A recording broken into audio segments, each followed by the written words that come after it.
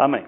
Abre então sua Bíblia na primeira carta do apóstolo Paulo aos Coríntios, no capítulo 11, e nós vamos ler do versículo 23 em diante.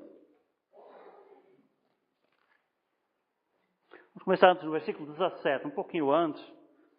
Na realidade, Paulo começa a desenvolver o assunto da ceia do Senhor ou da Santa Ceia nesse versículo 17. E ele vai até ao final do capítulo. Amém? Primeira carta aos Coríntios, capítulo 11, versículo 17.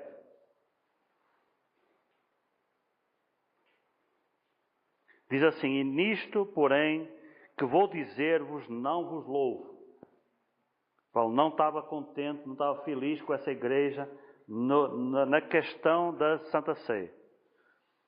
Porquanto vos ajuntais não para melhor, senão para pior. Porque antes de tudo ouço que, quando vos ajuntais na igreja, há entre vós dissensões, e em parte creio. E até importa que haja entre vós heresias, para os que são sinceros se manifestem entre vós. De sorte que, quando vos ajuntais num lugar, não é para comer a ceia do Senhor. Porque, comendo cada um, toma antecipadamente a sua própria ceia. E assim, um tem fome e o outro embriaga-se. Não tendes, porventura, casa para comer ou para beber? Ou desprezais a igreja de Deus e envergonhais os que nada têm? Que vos direi? Louvar-vos-ei nisto? Não, nisto não vos louvo. Porque eu recebi do Senhor o que também vos ensinei. Que o Senhor Jesus, na noite em que foi traído, tomou o pão. E tendo dado graças, o partiu e disse: Tomai, comei. Isto é o meu corpo que é partido por vós. Fazei isto em memória de mim. Semelhantemente também, depois de cear, tomou o cálice, dizendo: Este cálice é o novo testamento no meu sangue. Fazei isto todas as vezes que beberdes, em memória de mim. Porque todas as vezes que comerdes este pão e beberdes este cálice, anunciais a morte do Senhor, até que venha. Portanto, qualquer que comer este pão e beber o cálice do Senhor indignamente, será culpado do corpo e do sangue do Senhor. Examine-se, pois, o homem a si mesmo, e assim coma deste pão e beba deste cálice. Porque o que come e bebe indignamente, come e bebe para a sua própria condenação, não discernindo o corpo do Senhor. Por causa disto há entre vós muitos fracos e doentes, e muitos que dormem.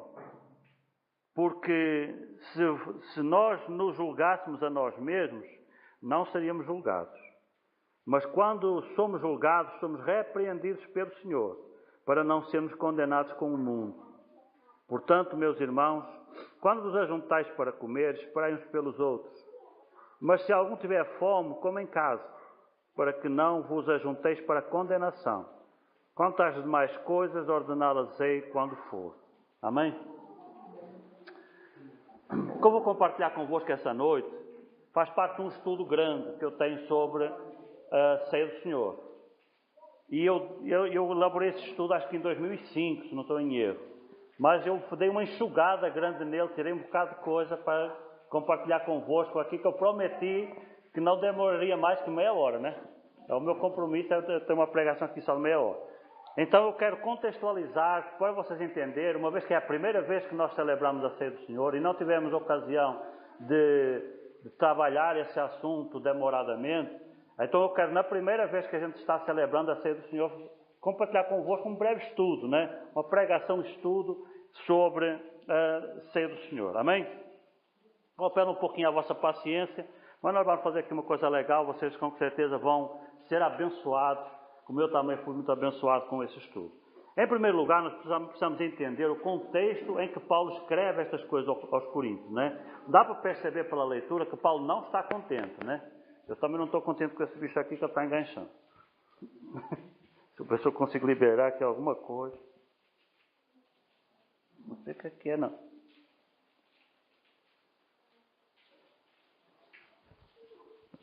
Tá, melhorou.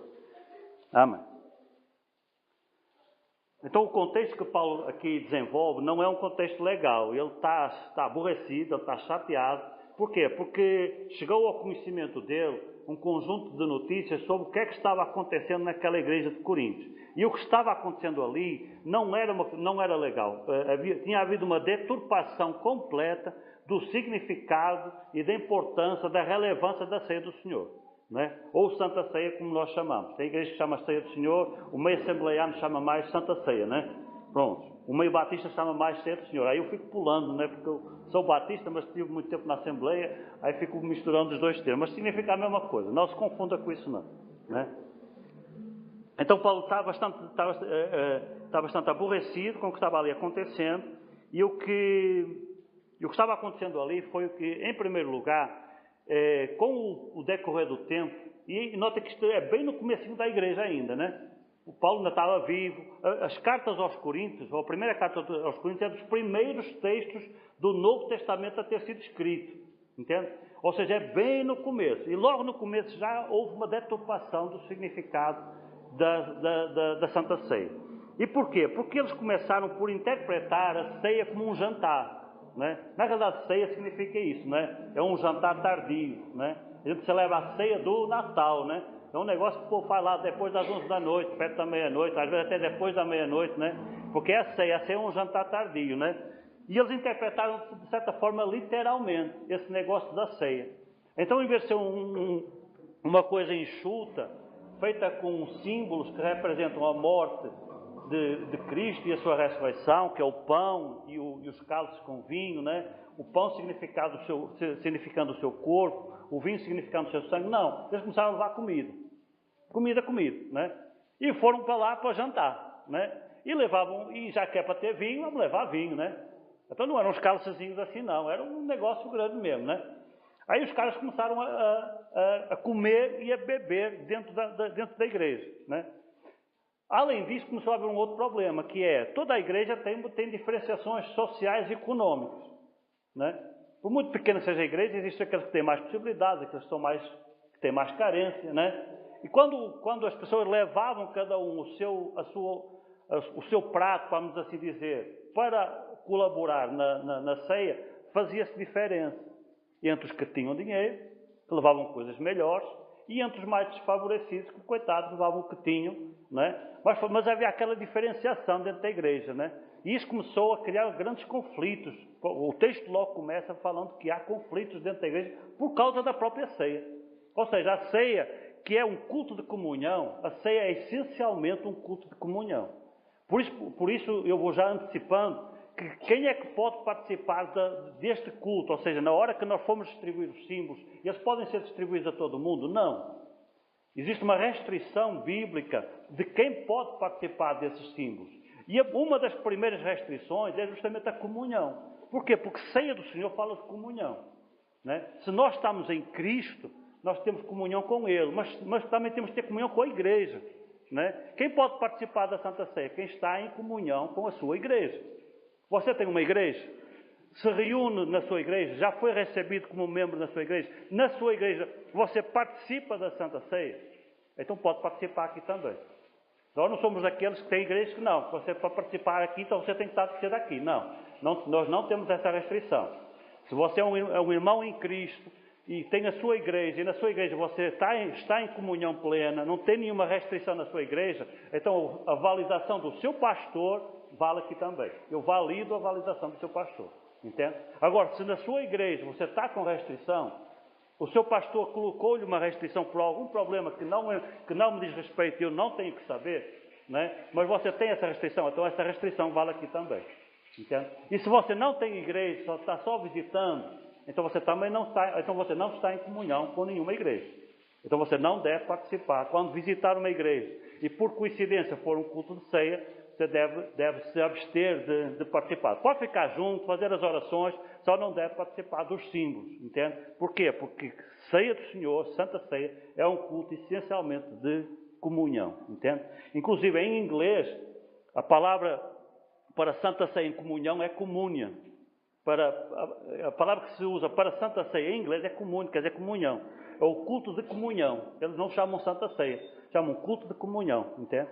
É o culto de Santa Ceia em inglês. Então, esse é o princípio.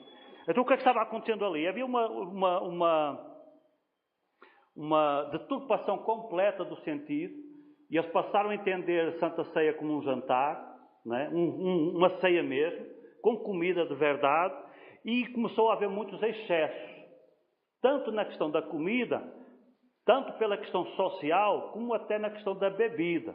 O que é que começou a acontecer? Alguns se embriagavam durante o culto. Quer dizer, eles não tomavam um cálice assim, não, eles tomavam a garrafa toda, né?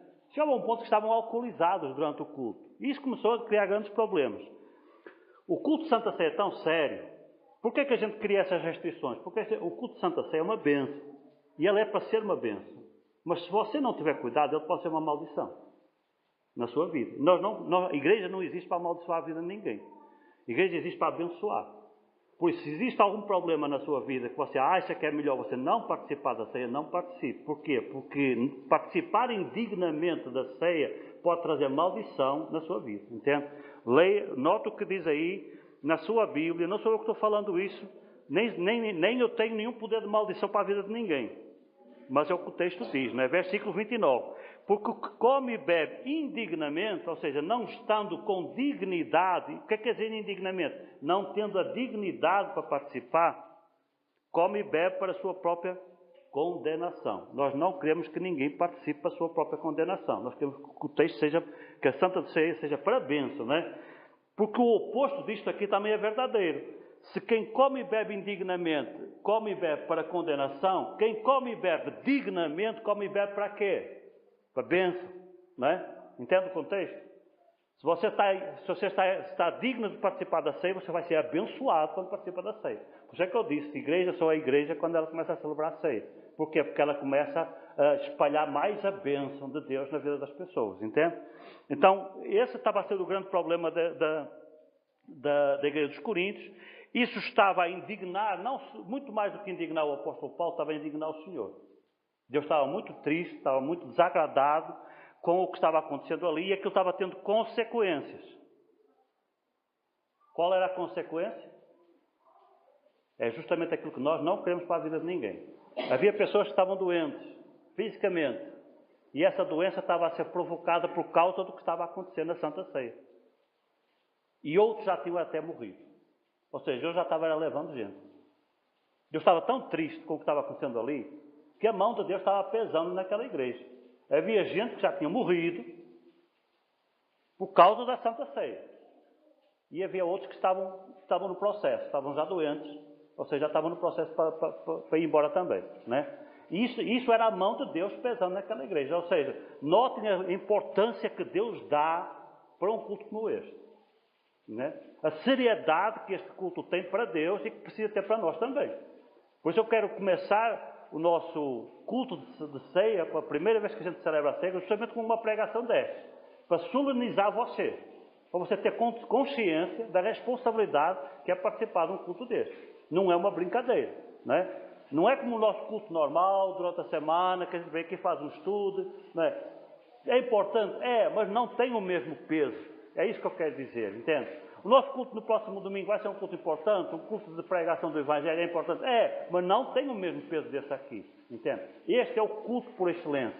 Ele não somente é o culto por excelência, é o único culto que Deus instituiu, entende? Deus nunca mandou, como nós dissemos na introdução, Deus nunca mandou fazer estudo bíblico. Deus nunca mandou fazer culto de doutrina. Deus nunca mandou fazer culto de evangelização, fazer culto de senhor, culto de jovem. Deus nunca mandou. E esse aqui foi Ele que mandou. Entende? O único culto que Deus instituiu, que disse, é para fazer, e disse como é que era para fazer, Ele deu até o passo a passo de como é que é para fazer, foi esse aqui.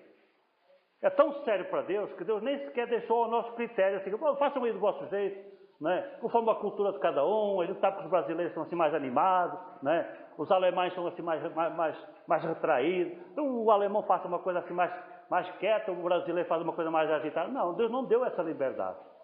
E Ele colocou as regras do culto, praticamente a liturgia do culto está aqui, no próprio texto, entende? E se nós formos depois reportar para quando Jesus realmente instituiu a Santa Ceia, nós vamos perceber mais detalhadamente realmente o passo a passo que esse culto é para ser feito. Então, isso por quê? Porque realmente Deus valoriza muito esse culto de Santa Ceia. Este é o culto que realmente Jesus instituiu, é o culto que Deus mandou fazer, Por isso é que eu disse, igreja, para ser igreja, tem que fazer Santa Ceia. Ela só começa realmente a ser igreja quando ela começa a celebrar a Santa Ceia. Quando é que esse culto foi instituído? Nós fôssemos ver, nós não vamos só para não perder tempo, mas eu lhe aconselho para lá em sua casa, a você ler Mateus capítulo 26, por exemplo. Também tem um texto paralelo em Lucas, onde mostra o momento realmente em que Jesus instituiu a Santa Ceia. E um detalhe muito interessante é que quando Jesus iniciou, quando ele instituiu pela primeira vez a Santa Ceia, ele não fez um culto separado de Santa Ceia, não é? Na realidade, ele foi uma sequência de um outro culto, não é? O que é que aconteceu? Estávamos próximos à Páscoa, não é? A Páscoa dos judeus, e a Páscoa dos judeus ela é um ritual, ela é uma cerimônia, um culto que os judeus celebram todo o ano, mais ou menos na mesma época que nós celebramos aqui, coincide no calendário, entre final de março e início de abril, né? Mais ou menos quando eles celebram lá também em Jerusalém, em Israel, e essa celebração ela tem um significado, né? Tal como a Santa Ceia, ela tem um valor simbólico, né? E também tem uns alimentos, também é um jantar, né? É mais jantar do que a Santa Ceia. A Páscoa dos judeus ela é mais jantar que a Santa Ceia. E também ficou instituído desde Moisés como é que seria celebrado a Páscoa do Senhor, né? E é realmente uma cerimônia, talvez a cerimônia mais importante de todo o calendário judaico é a celebração da Páscoa, né? E quando se começou a aproximar a Páscoa, e nós sabemos que juntamente com a celebração da Páscoa estava se aproximando também a morte do Senhor, porque o Senhor foi morto justamente na sexta-feira, que nós chamamos de Sexta-feira Santa, né? Porque Jesus foi morto nessa sexta-feira, a sexta-feira antes da celebração da Páscoa.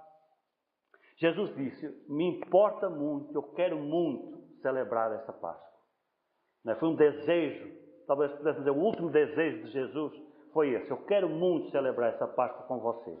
E ele disse isso para os seus discípulos, né? E vocês conhecem a história, né? Jesus disse assim, olha, vocês vão lá na cidade e vão encontrar numa casa um jumentinho amarrado lá no poste da casa.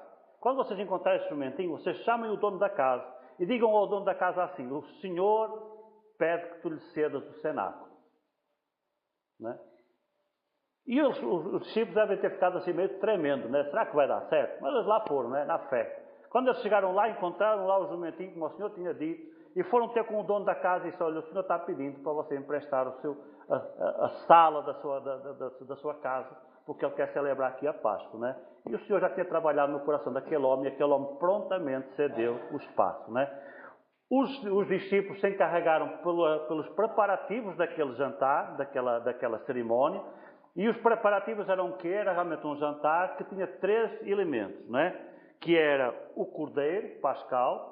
Por isso é que em alguns países, como por exemplo no meu, a refeição oficial, a comida oficial de Páscoa não é bacalhau. Bacalhau a gente come no Natal. Lá é o cordeiro, carneiro, né? Que se come na Páscoa. Por quê? Porque é a tradição judaico-cristã que traz o carneiro como sendo o símbolo da Páscoa, né? Então, também não é o coelhinho, né? Alguns acham que o coelhinho é que é o símbolo da Páscoa, não, o símbolo da Páscoa é o carneiro ou o cordeiro, né? Porque é uma figura de Cristo como o Cordeiro de Deus que tira o pecado do mundo, né? E então Jesus, eles tinham que arranjar esses elementos. O segundo elemento era o pão sem fermento. Fermento é uma figura do pecado na Bíblia, né? Então nessa cerimônia era o pão chamado pão asmo, ou pão não fermentado, pão sem fermento, e as ervas amargas. Todos esses 3 elementos tinham um significado, né? E um simbolismo. E esse simbolismo reportava a quê? A saída de Israel do Egito, né? A libertação de Israel do Egito. Hoje, quando nós celebramos a Páscoa, a gente dá um significado completamente diferente. A gente acha que a Páscoa é a morte de Cristo. Para nós é, né? Até porque depois, mais tarde, Paulo diz Cristo nossa Páscoa, né? Ou seja, Cristo nosso libertador. Então, para nós, ele tem esse significado. Mas para os judeus não tem, nem ainda hoje. Para o judeu, quando ele celebra a Páscoa, e a Páscoa que Jesus mandou celebrar era aquele memorial, por isso a ceia do Senhor tem o mesmo significado de memorial, para lembrar, manter viva na memória do povo aquele momento em que Deus libertou Israel da escravidão no Egito, né? E então Jesus mandou celebrar aquela Páscoa, eles celebraram aquela cerimônia, fizeram aquele jantar, e esse jantar tinha realmente esse significado. E no final dessa celebração, Então Jesus pegou em alguns elementos que estavam na mesa, em particular um pedaço de pão, e pegou num cálice que estava na mesa com vinho, né? E instituiu um outro culto, uma outra cerimônia. Entende? Foi na sequência da celebração da Páscoa que Jesus instituiu uma outra cerimônia. E qual era essa nova cerimônia? Essa nova cerimônia agora já não tinha nada a ver com a Páscoa. Essa cerimônia agora tinha a ver com a sua morte e com a sua ressurreição. E o Senhor pegou naqueles dois elementos e deu um simbolismo para eles também. Note que nós já estávamos num contexto de simbolismos, não é? A própria Páscoa já tem uns alimentos que tinham simbolismo. Aí Jesus pega em alguns desses elementos, em particular o pedaço do pão e a taça com vinho, e dá outro significado. E diz assim, olha, este pedaço de pão, ele tem um simbolismo, tem um significado. Ele representa o meu corpo, que vai ser partido por vós. Porque um pão, naquele tempo, e ainda hoje em algumas culturas, e até aqui no Brasil a gente encontra às vezes pão que é grande, né? Tem o pão carioquinha, que é uma porção individual, mas tem pães que são grandes, né? Você precisa partir o pão, dividir o pão pelas pessoas. Na ancestralidade o pão era mais assim, não era tão individual como nós temos hoje. O pão, por regra, era mais fácil de fabricar pão que se ele fosse grande, né? Então eles faziam uns pães grandes. E na hora que você precisava de repartir o pão, você tinha que o partir, o quebrar, né? Isso é uma figura do que iria acontecer com o corpo do Senhor, que ia ser moído pelas nossas transgressões, né? Reportando lá Isaías 53.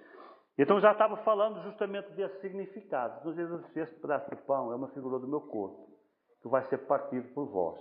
E partiu o pão e deu um pedaço de cada para cada um, querendo simbolizar que o pão significa o quê? O corpo de Cristo que foi compartilhado também nos seus sofrimentos por cada um de nós.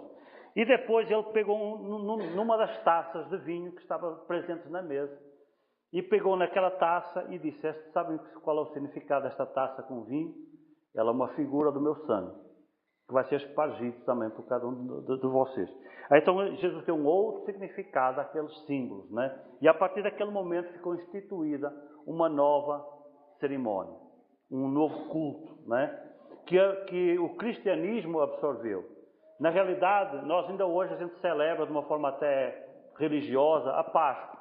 Mas a Páscoa, Jesus nunca mandou celebrar a Páscoa. Ele mandou celebrar a ceia do Senhor, a Santa Ceia, né? Através daqueles dois símbolos. Então, para nós contextualizarmos, a instituição desse culto, ela aconteceu no final da celebração da Páscoa. Jesus utilizou alguns elementos que estavam presentes na mesa, deu-lhes o simbolismo, deu-lhes o significado e mandou que, a partir daquele momento, os cristãos... o texto até segundo o original diz assim, fazer isto todas as vezes que vos reunires em meu nome. Não sei se vocês sabem, nós não temos esse costume. Nós temos a cultura de celebrar a ceia do Senhor uma vez por mês, né? Uns fazem no primeiro domingo, outros fazem no outro domingo, outros fazem à terça-feira. Não é relevante quando se faz, né? Mas você sabe que tem igrejas que faz todo o culto. Toda vez que se reúnem, eles fazem a Santa Ceia. Porque Jesus disse, fazei isto todas as vezes que vos reunires em meu nome, não é? Então a gente vai se reunir aqui na sexta-feira para estudar a Bíblia, a gente celebra a Santa Ceia. A gente vai se reunir no domingo para pregar o Evangelho, a gente celebra a Santa Ceia. Tem igreja que faz assim. Nós não temos essa cultura na nossa igreja, nós não vamos seguir esse modelo, está certo? Mas só para dizer que existe até uma interpretação muito mais literal do texto, que então acha que a Santa Ceia é para praticar sempre. Porque é assim que Jesus mandou. Toda vez que você se reúne, você divide o pão e o cálice, então todo mundo participa. E qual é o significado? Qual é a importância disso? A importância disso é manter viva na nossa mente, na nossa memória, o significado e a importância da morte de Cristo, né? Nós somos seres tão esquecidiços, a gente se esquece tão fácil, e a nossa vida é tão cheia, e a gente se envolve com tantas coisas, que esses detalhes acabam passando, né? A gente lembra da morte de Cristo, mas quantas vezes a gente lembra? Você lembra toda a semana da morte de Cristo? Se calhar nem toda a semana você lembra. Mas era uma coisa que era para a gente lembrar todo dia, né? Várias vezes ao dia. A gente lembrar que Jesus morreu por nós na cruz do Calvário. Mas a gente esquece, porque a gente se absorve com tantas coisas, né? Mais tarde o apóstolo Paulo recebe uma revelação da parte do Senhor, e é essa revelação que nós temos realmente nessa carta aos Coríntios capítulo 12, em que ele fala sobre essa revelação, E é muito interessante essa revelação, porque na realidade ela acaba sendo mais ainda o nosso suporte para nós realizarmos esse culto. E esse texto aqui de 1 Coríntios, ele tem duas particularidades. A primeira é que o apóstolo Paulo diz que ele recebeu do Senhor e foi ensinar aos crentes. O que é que isso quer dizer? Isso quer dizer que o apóstolo Paulo ele não recebeu para instruir a igreja, para ensinar a igreja o culto de Santa Ceia. Ele não recebeu uma tradição que veio dos outros apóstolos. Não é? Nós sabemos que Jesus tinha 12 discípulos. E esses 12 discípulos eles têm uma conexão muito grande com Israel e com o plano de Deus para Israel, como a gente tem estudado aqui na nossa igreja. E Paulo é aquele apóstolo, é como se fosse o 13º, né? É um cara que veio mais tarde, né? Ele apareceu depois. E ele é chamado na Escritura, nós vamos ver isso quando nós começarmos a tratar o capítulo 3 da Carta aos Efésios, e ele é tratado na Escritura como sendo o apóstolo dos gentios. Ou seja, como se Deus tivesse separado aqueles 12 homens para os judeus e separou esse aqui para nós, né? Para eles viajar pelo mundo, enquanto que os outros ficaram ali mais em Jerusalém. Quem foi pelo mundo para pregar o Evangelho foi o apóstolo Paulo. E então o Senhor, o que é que ele fez? Ele revelou diretamente a ele. E ele disse, eu recebi do Senhor o que também vos ensinei. Não foi Pedro que me contou. Não foi João que me contou. Não foi nenhum dos 12 que me contou. Eu não recebi esse ensinamento pela tradição apostólica. Eu recebi diretamente do Senhor. Olha como é importante para o Senhor que a gente celebre este ato. É tão importante que ele revelou propositalmente ao apóstolo Paulo para que ele escrevesse nas suas cartas e nos ensinasse a celebrar, não é? O culto de Santa Ceia. E no geral, se nós fôssemos comparar este texto aqui com o texto dos Evangelhos, eles são bem parecidos, têm umas diferenças bem de detalhe. No geral, são praticamente coincidentes.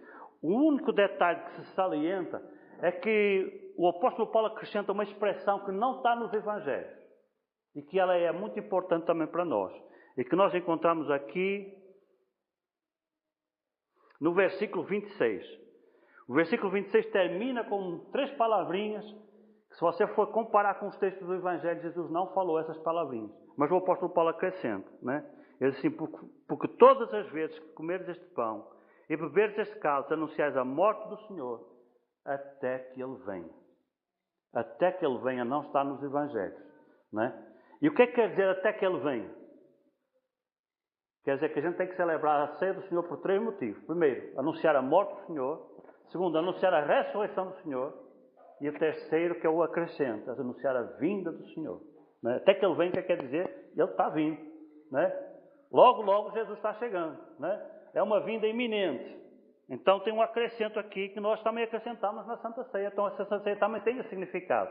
Nós quando celebramos a Santa Ceia, a gente está a anunciar 3 coisas.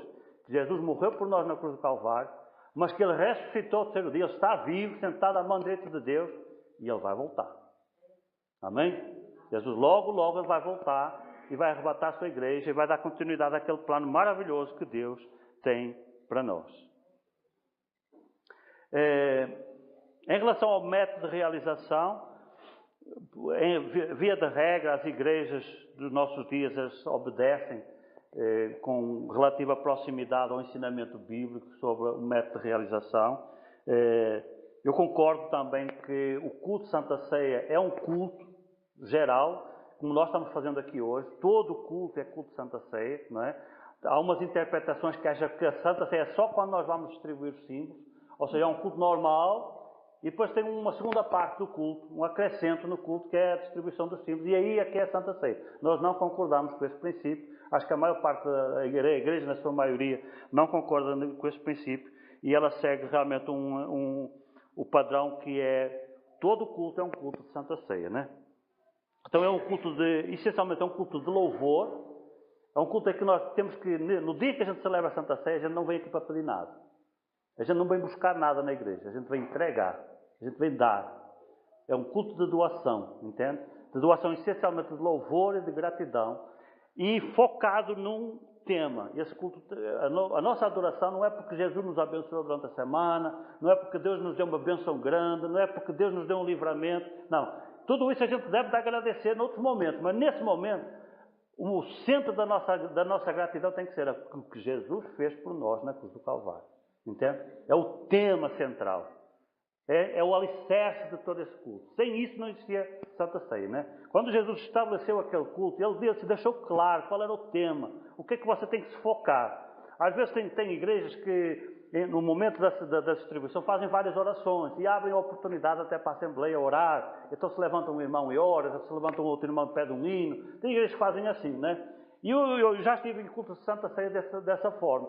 E o que eu achava mais aborrecido é que às vezes tinha uns irmãos que começavam a orar e eles oravam pela família, eles oravam pelo cachorro, eles oravam pelos problemas, eles oravam pelas necessidades, eles agradeciam por tudo, falavam sobre tudo, menos sobre a morte do Senhor. Entende? A única coisa que eles esqueciam de lembrar na sua oração era o motivo que os trouxe ali. Era que Jesus morreu e ressuscitou por eles. Entende? Então nós temos que nos focar. Então a gente pede um esforço às pessoas neste culto para se abstraírem um pouco da sua vida, se abstraírem um pouco dos seus problemas, das suas lutas, e se lembrar, se focar um pouco no que Jesus fez por você na cruz do Calvário. Né?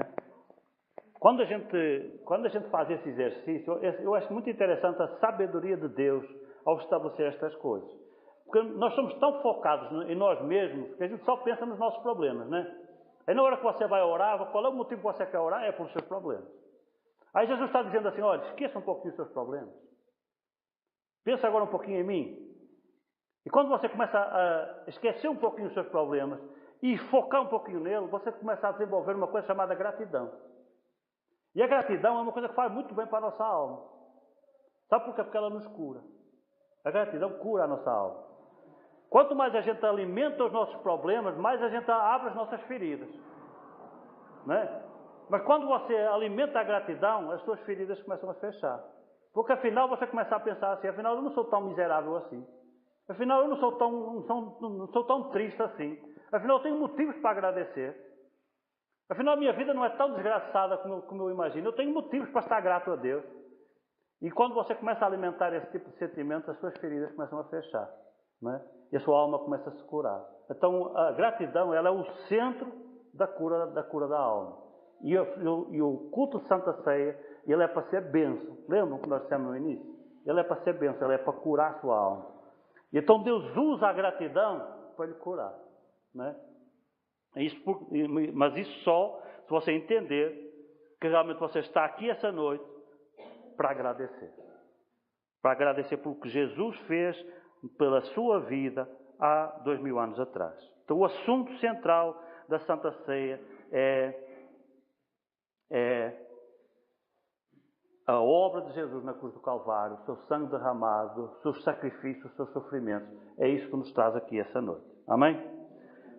Para terminarmos, tenho sempre uma parte aqui que a gente sempre precisa falar, que a gente até tenta evitar, mas não tem como, né? Quem pode participar da Santa Ceia? Ou quem está impedido de participar? Porque o texto de Coríntios deixa muito claro isso, né? Que há um povo que, se participar da Santa Ceia, pode se prejudicar.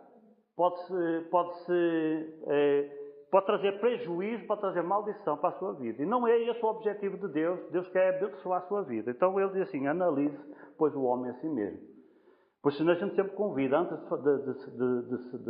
de distribuirmos os símbolos, você faça uma autoanálise. Né? Olhe para o seu interior, olhe para a sua vida. Veja se você está digno para participar da Santa Ceia. E nós já vamos falar o que é estar digno. Né? Porque também tem muita especulação e fala-se muita besteira em cima disso, entende? Porque se fosse a considerar aquilo que se fala, nenhum de nós aqui essa noite participava. Nenhum. Tinha um aqui essa noite que iria participar. E eu seria o primeiro a não participar. Entendeu? Então o texto diz o que é ser indigno. O texto diz isso, né? Ele fala claramente sobre isso. Então quem é que pode participar? Como nós dissemos, no ponto de vista, na perspectiva geral, a gente sempre considera apto, hábil para poder participar as pessoas que são da nossa igreja. Primeiro, elas são da nossa igreja, não é? Já foram submetidas ao batismo na água e estão em comunhão conosco. Não é? Bom, em relação à vida pessoal, a pessoa não está com nenhum problema sério, então tudo bem, pode participar. Não é? Quem não é da nossa igreja, ou seja, pessoas que só nos visitam, deve participar. Pode participar se você tem uma igreja. E na sua igreja você participa da Santa Ceia lá na sua igreja. Entende? Então, se você está em comunhão na sua igreja, em comunhão plena, sem nenhuma restrição, aqui também não tem nenhuma restrição, pode participar. Agora, se na sua igreja você está com alguma restrição, por algum problema que não me diz respeito, eu não tenho que saber, você não tem que me contar, né? Só que você sabe Deus e o seu pastor, bom, então você não participa aqui também, entende? O texto continua também, e ele também fala acerca desse assunto, né? É comum as pessoas pensar assim, olha, quem é que não pode participar? Quem está em pecado, né? Muita gente pensa assim, quando a gente olha para esse texto, se eu fosse fazer aqui uma enquete, rapidinho, a gente chegava aqui a 90% de respostas, a maior parte ia dizer assim, quem é que não pode participar? Quem está com pecado, né? Então vamos todos embora porque estamos todos com pecado. Tem aqui alguém que tenha certeza sem pecado esta noite? Se tiver aqui alguém, você fica, porque eu estou indo, viu? Você, no final, desliga a luz e fecha a porta, né? Então, se o problema fosse estar sem pecado, ninguém participaria, porque todos temos pecado, né? E o texto do apóstolo João vai mais longe, ele diz assim, que se alguém disser que está sem pecado, está mentindo, já está pecando, né? E ainda está blasfemando, está fazendo Deus mentiroso, né? Então, você vigie isso na sua santarronice, né? Porque ninguém aqui é santarrão. Aqui todo mundo é pecador, né? Por uma palavra, por um pensamento. Hoje, todo mundo pecou aqui nessa noite.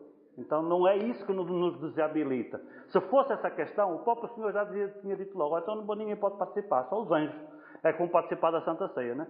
Mas não, Deus fez a Santa Ceia para pecadores, como eu e como você. Entende? Então, o que é que desabilita uma pessoa de participar da Santa Ceia? Vamos ver o que o texto diz. Vamos olhar para a Bíblia, o que a Bíblia é que vai nos ensinar. Vocês concordam comigo? Vamos deixar as tradições, o que o povo fala. Vamos ver o que é que a Bíblia ensina. Olha o que é que o texto diz. Versículo 29. Porque o que come e bebe indignamente, e nós vamos agora entender o que é o indignamento, né? O problema está aqui no indignamento. Come e bebe para a sua própria condenação. E agora notem a frase final, que é a resposta à pergunta. O que é indignamento? A frase final dá a resposta. Não discernindo o corpo do Senhor. O que é participar da ceia do Senhor indignamente? É você estar aqui, mas não está focada na morte de Cristo. Entende? Você não consegue se focar no significado do culto e no significado dos símbolos. Se a pessoa vem para um culto desse e está numa condição tal que ela não consegue ter uma concentração que consiga se focar no significado dos símbolos, ela não deve participar. Quais são os exemplos que podem me levar a mim ou a você a se tornar incapaz de discernir o valor dos símbolos? Por exemplo, o texto fala de um exemplo, né? O que estava acontecendo lá nos Coríntios. O que era? A bilita, né? O povo estava enchendo a cara, não é? Entenderam a ceia como um jantar, levavam comida e bebida com abundância, comiam e bebiam desregradamente, se embriagavam, e na hora que a pessoa está embriagada, ela consegue discernir alguma coisa? Não, né? Estava aí a condenação dos coríntios. Entendem porque que os coríntios estavam a ser disciplinados? Pelo Senhor. Alguns estavam doentes e outros já tinham morrido. Porque eles não estavam discernindo o valor dos símbolos. Ou seja, as condições deles, quando eles chegavam naquele momento de participar dos símbolos, já estavam tão degradados, deteriorados, que eles não conseguiam raciocinar nada. Não estavam ligando mais coisa com coisa. Estavam embriagados. Entende? Então, um exemplo de quem não pode participar dos símbolos, uma pessoa que seja embriagada. Né? Por quê? Porque ela não está em condição de participar da Santa Ceia, porque ela não vai conseguir raciocinar, não vai conseguir discernir o significado das coisas. Você concorda comigo? Né? Esse é o texto direto, o exemplo direto que nós tiramos da Bíblia. Agora vamos pensar mais um pouquinho e tirar outros exemplos de situações que podem acontecer comigo e com você, e que acontecem, que pode nos colocar numa posição de não conseguir discernir o valor dos símbolos. Por exemplo, você pode estar tomando uma medicação que a deixa meia aérea, né? Não tem umas medicações fortes que as pessoas tomam, umas tarja preta, né? Que a pessoa está com um problema, uns ansiolíticos, umas coisas assim que a pessoa toma e fica assim meia zonza, né? Ela não está embriagada, mas ela está sob um tratamento médico e esse tratamento tira dela a capacidade de discernir o valor dos símbolos. E eu aconselho a que não participe. Entende? Se você não está conseguindo se focar, se concentrar no significado do que você está aqui fazendo essa noite, então não participe. Né? Não é pecado não participar. Entende? Não participar da Santa Ceia, por motivos desses, não é pecado. Pelo contrário, é um ato de sabedoria. Senhor, eu não estou conseguindo. Né? Mas eu vou dar um exemplo mais terreno, que acontece mais comigo e com você. Né?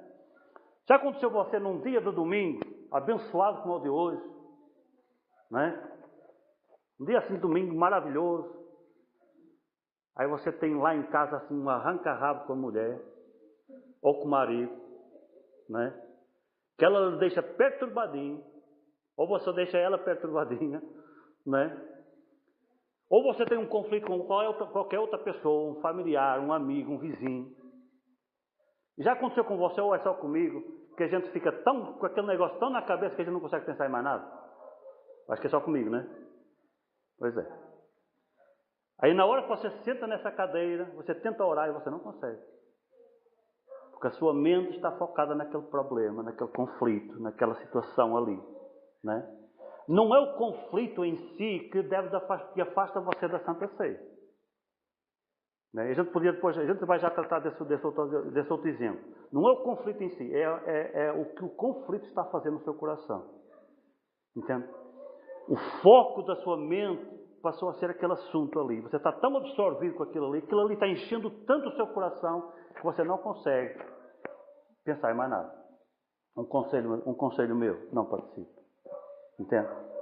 Se o seu coração está tão cheio daquele problema que você não está conseguindo se focar no que o trouxe aqui essa noite, não participe. Né? Peça perdão a Deus, fique em oração. Pode participar de todo o culto, né? Mas não tome os símbolos. Por quê? Porque isso pode se tornar uma condenação para você. Né?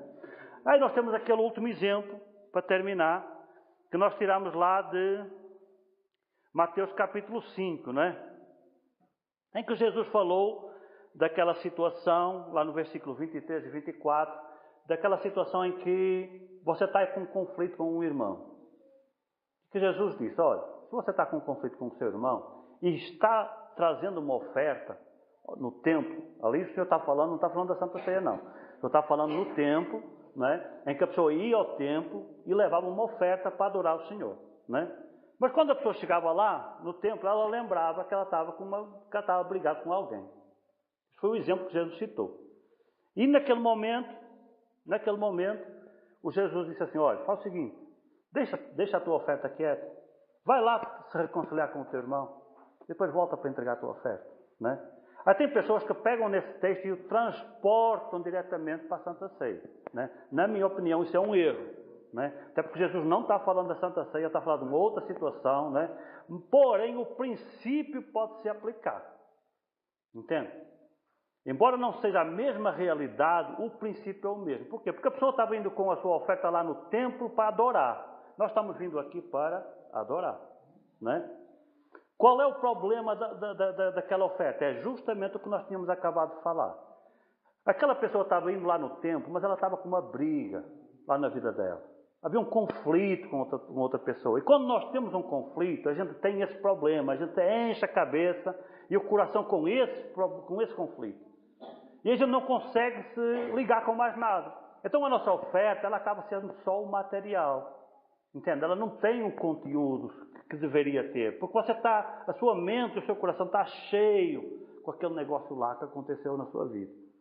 É por isso que Jesus disse assim, deixa a sua oferta, vá lá se reconciliar. Porque na hora que você se reconcilia com a pessoa, na hora que você perdoa, ou na hora que você é perdoado, aquele fardo sai de cima da sua vida, você se enche de gratidão também porque se livrou daquele peso e você realmente fica em melhor condição para adorar. Foi isso que Jesus quis ensinar ali. Entende? Exatamente a mesma coisa que a gente está dizendo aqui. O problema está no conflito? Não. O apóstolo Paulo lá na carta aos Romanos capítulo 12, ele diz assim, quando estiverem vós, tendo paz com todos os homens. O que é que ele está dizendo ali? Que há situações que não está em nós ter paz com todos os homens. Há gente que não quer ter paz com a gente. Não há. Tem pessoas que não querem ter paz com a gente. E a gente não consegue estar em paz com todo mundo porque nem sempre é possível. Não é? Por muito que às vezes você queira até se reconciliar, a outra pessoa não deixa. Numa briga sempre tem dois, né? Costuma-se dizer, quando um não quer, dois não briga, né? E também quando um não quer, dois não reconcilia. Né? Porque não tem como você se reconciliar com uma pessoa que ela não quer se reconciliar com você. Aí você está ali com um conflito, mas você não pode fazer nada. Né? Então, só o conflito em si, ele não é motivo para afastar você da Santa Ceia. Agora, se esse conflito realmente está enchendo o seu coração e a sua mente, de tal maneira que você não consegue se focar, isso já aconteceu comigo várias vezes. Né? Eu ter briga em casa com a esposa, e chegar na igreja e eu não conseguia pensar em mais nada. Né? Às vezes até para pregar é um esforço grande, porque eu tenho que me concentrar numa coisa e tenho ali um problema me azucrinando na cabeça e eu não consigo. Entende? Então, se isso está acontecendo, qual é o conselho da palavra de Deus? Nesse domingo, se abstenha de participar do símbolo. Fique na Santa Ceia, fique em espírito de adoração, tente fazer o seu melhor, mas não participe dos símbolos. Né? E quando você puder, se reconcilie lá, resolva o seu problema. Né? E um alerta que eu dou, o inimigo é muito esperto. E com muita frequência, em dias desses, ele arranja alguma coisa para nos perturbar. Dia que você tem culto de Santa Ceia na sua igreja, ele inventa um negócio lá do nada. Estava tudo bem, tudo tranquilo, do nada ele inventa uma coisa para lhe perturbar. Sabe qual é a intenção dele? Ele afastar da Santa Ceia. É por causa disso que ele faz isso. Então vigie. A gente sabe, hoje é domingo de Santa Ceia. O inimigo vai tentar de tudo para me tirar o foco. Então, quando você começa a ver assim, uns arrodeios lá em casa, assim, umas coisas acontecendo, umas nuvens negras se aproximando, né? Você vai logo fechando as suas guardas, se protegendo, diz assim, olha, isso aqui é coisa do cão, que quer me perturbar, quer me tirar da Santa Ceia hoje, né? Mas eu não vou permitir, né? E quando a pessoa começar lá se indignando, você diz, pois eu lhe abençoo em nome de Jesus, você é maravilhoso, você é linda, você é aquela, e rapidinho cai a guarda, entende? Rapidinho se desfaz aquela nuvem negra e você vence o inimigo na sua própria casa e fica apto para vir para a Santa Ceia aqui. Agora, quando a gente não vigia, o inimigo dá-nos só meia faúlha e a gente já faz a fogueira inteira. Né? É só nos dar meia faúlha e a gente já vai na onda dele. Mas então a gente tem que vigiar. A gente sabe que o inimigo vai fazer de tudo para nos perturbar. Então não deixe. Amém? Pois vamos terminar com essa palavra. Essas são as instruções bíblicas que nós encontramos nas Escrituras para a celebração da Santa Ceia. E esse é o motivo que nos traz aqui. Então se foque, meu irmão, minha irmã, essa noite. Se envolva com o que Jesus fez por você na cruz do Calvário. Se concentre nessa obra maravilhosa. Olhe, você pode achar que foi pouca coisa. Ou você pode achar que não tem muita coisa para falar para Deus em relação à morte de Cristo na cruz. Mas olha, é um assunto tão vasto que a Bíblia Sagrada diz que a gente vai passar toda a eternidade só falando nisso. Entende? A gente vai para a presença de Deus e vai passar toda a eternidade só focado no que Jesus fez por nós na cruz do Calvário. E não vai faltar assunto. Então é só a gente se focar um pouquinho que a gente encontra motivos de louvor e gratidão a Deus para a nossa adoração. Amém? Vou convidar a irmã França para vir aqui à frente. Nós vamos dar início agora então à distribuição dos símbolos. Como eu disse,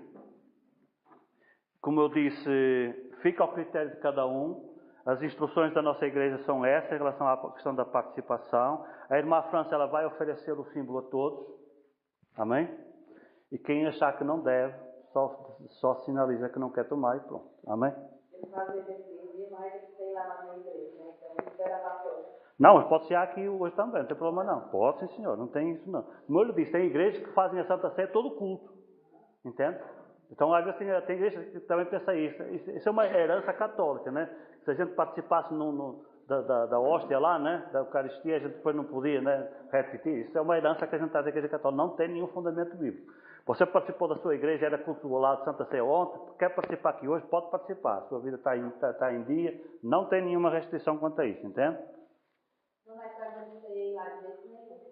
Depois que eu casei, eu não ceia lá. Aí pode. Mas você está em comunhão lá? Antes você participava? Não. Nunca participou lá? Não, então eu lhe aconselho primeiro participar lá e depois participar aqui. Resolva, se legalize na sua igreja e fica legalizado automaticamente aqui, está certo? Deixa, então resolva lá primeiro. Porque eu não tenho poder, não tenho autoridade de passar por cima do seu pastor, entende? Então ele é que tem responsabilidade sobre você. Então Então, primeiro ele resolve e depois eu valido, está bem? Porque senão eu estaria passando por cima da autoridade dele, eu não tenho esse direito, amém? Vamos fazer a leitura, chamo a sua atenção se você quiser. Vamos ler somente do versículo 23 ao 29 agora, chamando a sua atenção para o texto áureo. 1 Coríntios capítulo 11, versículo 23, que diz: porque eu recebi do Senhor o que também vos ensinei, que o Senhor Jesus, na noite em que foi traído, tomou o pão, e tendo dado graças, o partiu e disse: tomai e comei, isto é o meu corpo que é partido por vós. Fazei isto em memória de mim. Semelhantemente também, depois de cear, tomou o cálice, dizendo: este é o cálice do Novo Testamento, no meu sangue. Fazei isto todas as vezes que beberdes, em memória de mim. Porque todas as vezes que comeres este pão e beberes este cálice, anunciais a morte do Senhor, até que venha. Portanto, qualquer que comer este pão e beber este cálice, o cálice do Senhor, indignamente será culpado do corpo e do sangue do Senhor. Examine-se, pois, o homem a si mesmo, e assim coma deste pão e coma deste pão e beba deste cálice. Porque o que come e bebe indignamente, come e bebe para a sua própria condenação, não discernindo o corpo do Senhor. Amém?